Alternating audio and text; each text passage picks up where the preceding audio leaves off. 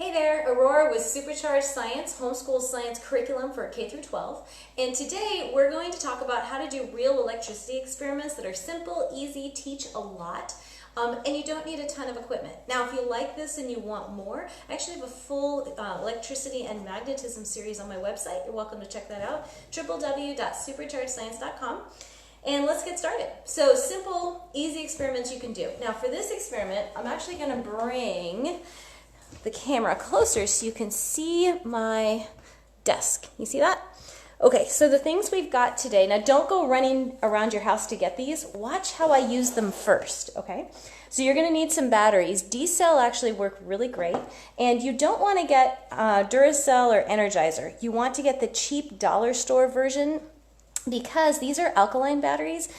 Now when kids are first learning how to wire things up, they're going to make mistakes, and when they make mistakes, we don't want their circuits to heat up so hot that it burns them, and that's what alkaline batteries will do. So make sure you get some from the dollar store that are what we call carbon zinc batteries. They're the really cheap batteries. They'll just, if they accidentally short circuit something, they'll get a little warm and then they'll die. And that's it.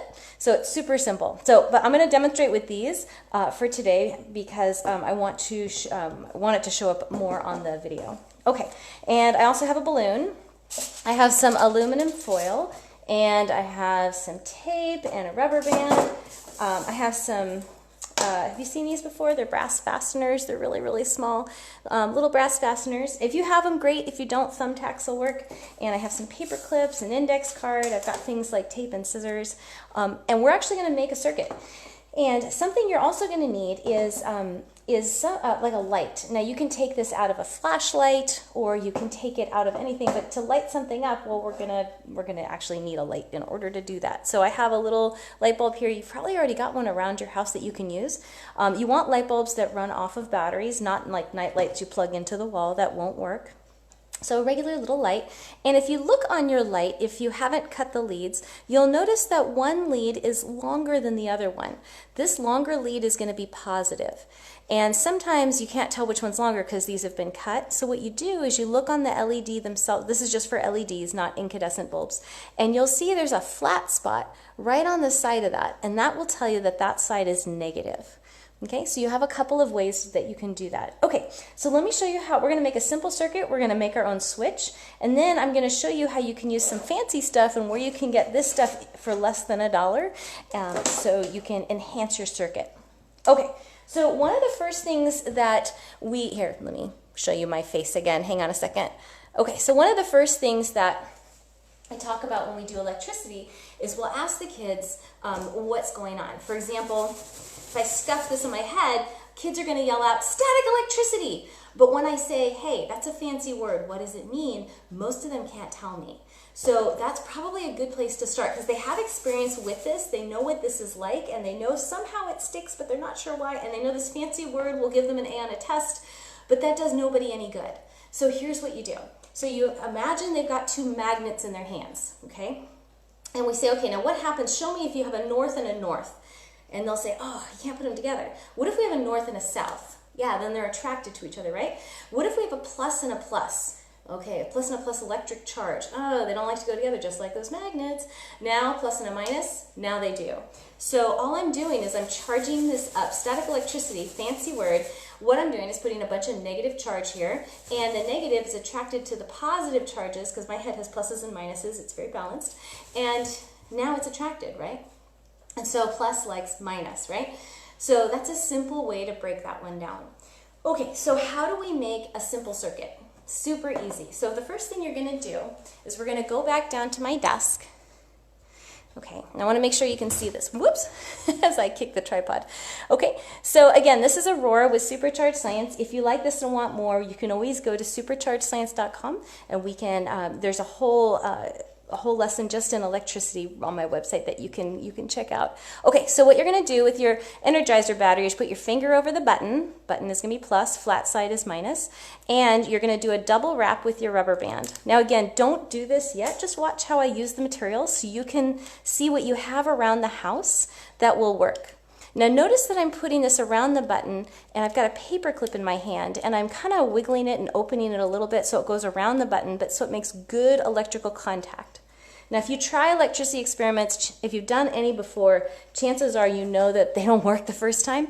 So we want to minimize the frustration by making sure we have good metal-to-metal contact on both sides. I'm going to put an extra rubber band around both of them to really hold them in place. Okay, so now I have a battery with 2 terminals. Now I can do this with both of my batteries. Most LEDs will not run off of one battery. You're going to need at least 2. I'm just going to show you one so you know how to do this. And once you've got the second one, you can do that as well. Okay, so what do you need to do? Well, now we need wire, but we don't have wire. That's easy. Get yourself some electrical wire, you can make it, out of a piece of foil. So you're going to take your foil, and I like to wrap or kind of fold it up a few times like this. Okay, and you can make it as thick or as thin as you like. Okay, so now I've got foil. So I've got this long wire. It's kind of flat. I like it to be flat because I am going to put my insulation on, which is, as you can see, it's my tape. Now this is a little long for me to do it in the air, but you can make this wire as long as you want. I'm just going to shorten mine so I can hold it up at the same time. So I'm going to start on one side, and do you see how I'm leaving this end exposed? So I'm going to leave that end, and I'm going to go all the way down, and then I'm going to trim. So you can, again, make this wire as long as you want. And I'm going to trim it, and then I'm going to put the back on. So my electrical wire with insulation, I've simply used tape and aluminum foil. There, now I have a piece of electrical wire, right? Okay, so it's protected in here, so in case you have 2 of these and they touch, they're not going to electrically connect. Now, I like these better. Here, I'm going to make a second wire now.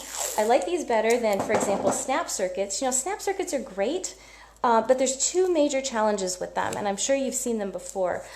Basically, they're expensive. That's the first challenge, and you have to keep buying more kits, right, to expand and expand. The second thing is it doesn't allow for this type of creativity for kids, and kids can't like make more wires, or they can't make another motor if they need it, right? They depend on the kit in order to be successful at what they're doing.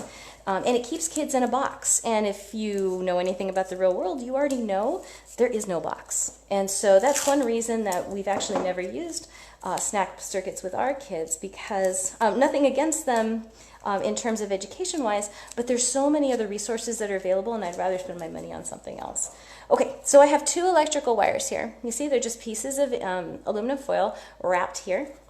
Now my circuit is almost ready, so I have a D-cell battery. To attach these, I can take this end and I can simply just wrap it around a few times so it makes good electrical contact. You see that? Just like that. And I can do this on the other side as well. I'm actually going to do something else because I'm going to make myself a double battery pack, just like this one. So I'm going to show you how to do that. So this is, and then what you would do now is you take the second one, and then you could put things here that run off of 1.5 volts. But I'm going to increase this to 3. So what I'm going to do is I'm going to open this up, and I'm going to put both of them here. Now you could make 2 units like that and then use a piece of wire to connect the 2, or you can stick them together. The challenge is I won't be able to pick this up anymore. It's a little precarious, okay? And then I'm going to put the terminal back on one. Here, let me see if I can get you a little better view of what I'm doing. Maybe bring you a little bit closer. How's that? Is that good? Okay. All right, so here's one. Do you see how this likes to wiggle and move? So it can be a little bit challenging to do it this way. I'm going to do it for you because this is the way most kids will want to do it, just because they think it's easier, but in the long run it's a little harder. Okay, and here's the other one. Okay, and so I'm going to wrap this wire around my paperclip terminal that's attached to the second one. And if you're just listening to the audio and you're not looking at the video, this one isn't going to make a lot of sense today because there's so much visually going on. Okay, so now we have our power source. Now we're going to put our LED in. LED stands for light emitting diode. Diode should be a signal to you that this thing is a one-way street for electricity. Electricity is allowed to flow in one direction, but not the other. What that means is when you try to hook it up, if nothing happens, you can see my light just went on, yay! If nothing happens, it just means that I need to switch polarity. I need to flip my LED around. And by touching my wires to the legs of the LED, I can get it to light up. Yay! So we made a simple circuit just using regular everyday stuff you probably already have around the house. Would you like to make a switch? Oh good, I was hoping you would. Okay, so I'm going to use an index card just because it's a little more stiff than paper, but you can use anything you've got. And all you're going to do is, now actually technically, here wait, let me make one more piece of wire so I can show you something really cool. So back when I was just teaching, when I first started teaching kids science, I didn't have any money for like wires and motors and stuff like that. So this is how we actually would do all of our programs. And I think a lot of the projects were much more innovative and creative because the students had to think so much for themselves and how to use their resources. So these are just some of the old tricks. Like one time we didn't have buzzers, so I said, hey, let's just make them. I happened to have a handful of relays, were actually kind of expensive, and I didn't want to throw them away, so we actually wired them up so the relays buzzed and shocked the kids, and they had a great time.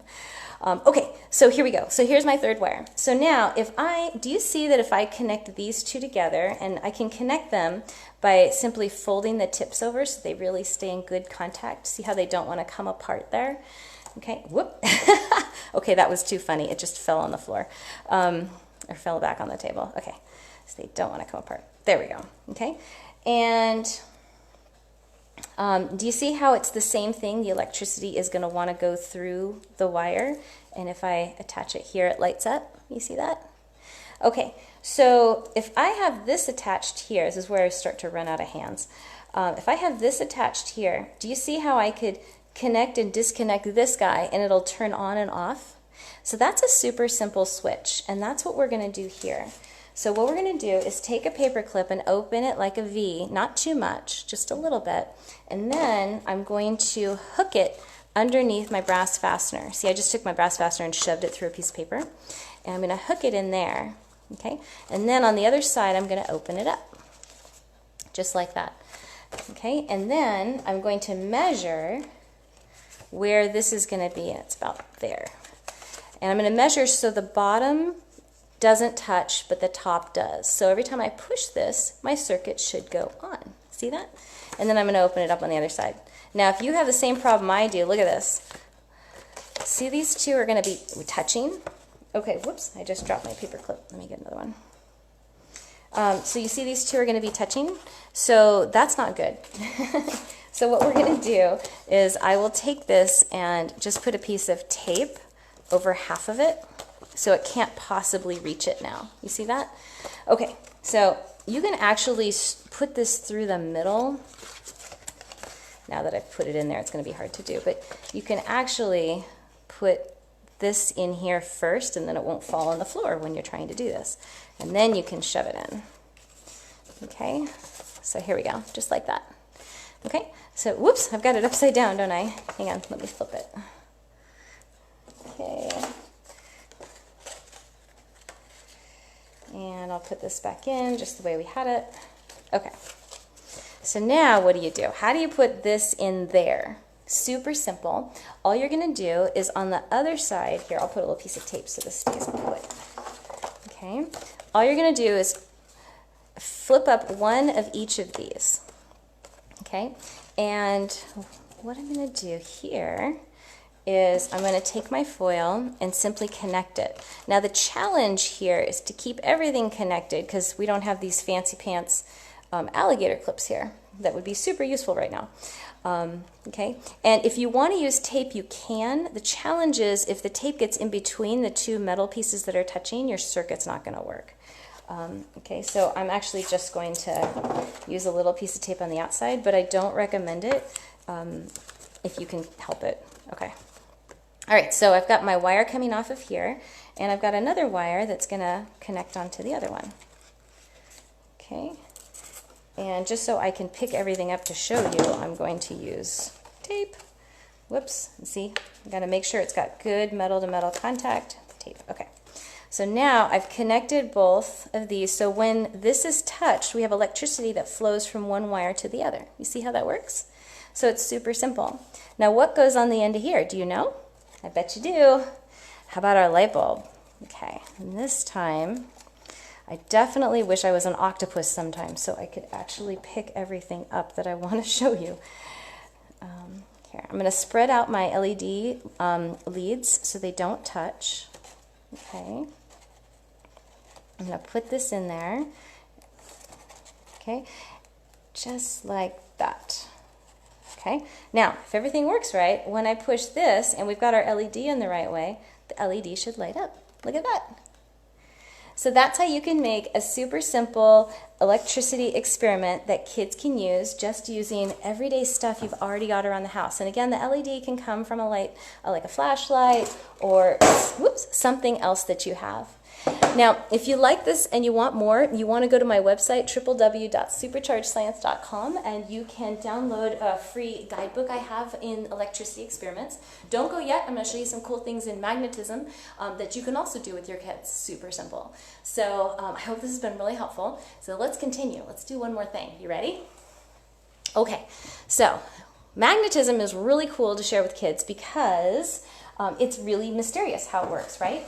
I mean, why does a magnet stick to the fridge, but it doesn't stick to a soda can, even though they're both metal, right? So magnets are really cool. So here's what I like to do with kids with magnets. So before I get into that, I forgot to tell you about this. So these are parts that are from a fan. You guys know those fans that you, oh, I'm sorry, you can't even see what I'm talking about down here. You know those fans you can get in the summertime where it's like connected to a squirt bottle and like a water spray bottle? You can get one of those, and usually they're really cheap at the end of summer, like now. And because inside they've got batteries, battery packs, wires, motors, usually a propeller, and usually a switch. It's got everything you need. You just need to rip it apart and use the pieces. And so using this, you can actually make simple robots, which we will get to very soon. I'll tell you about that. So you don't have to have fancy pants pieces like this. It's nice when you start building more and more complex things, but when you're just doing basic circuits, it's fine to use masking tape and that sort of stuff, right? That stuff's reusable, and it's stuff that kids have access to easily. Okay, magnetism. Okay, so inside of this motor here, so I have a piece of metal here, right? And inside the motor is actually a magnet. You see how the piece is stuck? Like this will work with a paper clip and stuff. And so if you were to take this apart, you would actually see, oh, I should have loosened the tabs. You'll actually see a couple of magnets inside. And what's really cool about this is now you can light up a light bulb without even using batteries. You can use the electricity that you can induce with magnetism. And of course I can't get that off when I want to. Okay, so here, let me show you what it is. So you remember how we used this circuit here? We used batteries and we had the electricity move in the circuit, right? A circuit looks like a circle. And when I push this, my little light goes on. Well, I can also make the light go on just using a motor.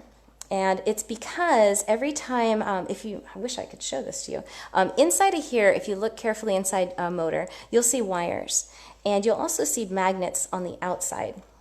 And so what that means is that every time a magnet goes past another magnet, it induces an electric current, especially if one of those magnets is an electromagnet, meaning it's, you ever taken a piece of, oh, what do you call it? I should show you my face. You're not just looking at my hands. I'm not just a hand model. You ever taken like a nail and like put wrap wire around it? That's an electromagnet. So if I take a regular magnet and one of those electromagnets, the wire with that's wrapped around a nail, and I rub it with a magnet, right? If I take the magnet and I run it past the other one, I actually will induce an electric current. This is actually one of the most amazing concepts that science ever figured out, that how electricity and magnetism are linked. And actually James Maxwell, that's what his Maxwell 4 equations are on. So what you can do with this motor then to show that concept is I'm going to hook up the LED. Now remember, an LED only works in one direction, right? So you're going to have to spin this motor both ways in order to make sure you've got the right way. And all you do is you've got to flick it really hard. Do you see that? It's just going to light up for an instant. And it's actually flashing green. I don't know if you can tell. Here, let me change the angle. There it goes. You see it? It's just for an instant. And if I go the other way, this one actually is 2 LEDs back to back. So it's a green one direction and a red one the other direction. So depending on the direction of the motor, whoop, now it just flashed red. I don't know if you can see that here. See if I can do it in midair. Anyway, so you can show kids how this is now a generator. This is how generators work. They have magnets that they run past and they turn the motor shaft, and that produces electricity. So that's a cool experiment in electromagnetism that you can do as well. Now, Einstein actually won a Nobel Prize for his work in the photoelectric effect. And that's an effect that you can do today using a soda can from the recycling and like a foam plate and sunlight. And you can actually do that experiment. I'm going to be posting it later on Facebook today, so make sure that you've liked the page or a fan, or I don't know how that works. Just make sure you can see the post, because that one's going to be coming, and you can do that one today. You can do the exact same experiment that Einstein did when he first figured out the photoelectric effect. And I'm actually in there walking you step by step with that video, and also explaining why it's important. Because once you do it and you're like, oh yeah, big deal. But you have to explain why this is so cool and what's so neat about it. For example, the next step after I would be teaching this lab to kids is we would actually take it apart, and we're not going to do it right now, but what we would do is we put these paper clips back on either side, and we stick a magnet here and a loop of wire. And that's what I was just talking about, how the loop of wire, if you run electricity through it, it'll actually induce a magnetic field, and those two magnets will oppose and attract each other, and you'll get the thing spinning so you can make an electric motor. And so just using this and a piece of what we call magnet wire, which is wire with really, really thin insulation. But again, super simple to do. Now, that experiment is on my online eScience program. So for those of you who are a member, go to Unit 10, Lesson number 1. And so you'll see it listed in there. It's called a homemade DC motor. And so you can make those as well. I had a couple of questions from people that it looked like they were coming in actually through email over there. And they were asking about the shockers for buzzers. That's in Unit 11. Just look for homemade shocker. And so I made a video on how to do that. If you'd like to do this and more experiments, like how to get your kid, you can actually make I'm going to say this wrong. You're going to make a Stirling engine from soda cans. And so it's an external combustion engine. And you can make this and so much more. You can actually make your own solar cells by just using a piece of copper flashing and cooking it on the stove. And you use that with the original copper flashing, and you stick it in a solution, put it in sunlight, and the thing generates electricity. So there's a ton of experiments you can do. You don't have to buy a lot of stuff. You just have to get creative about how you use what your resources are already around you, because that gives the kids the excitement.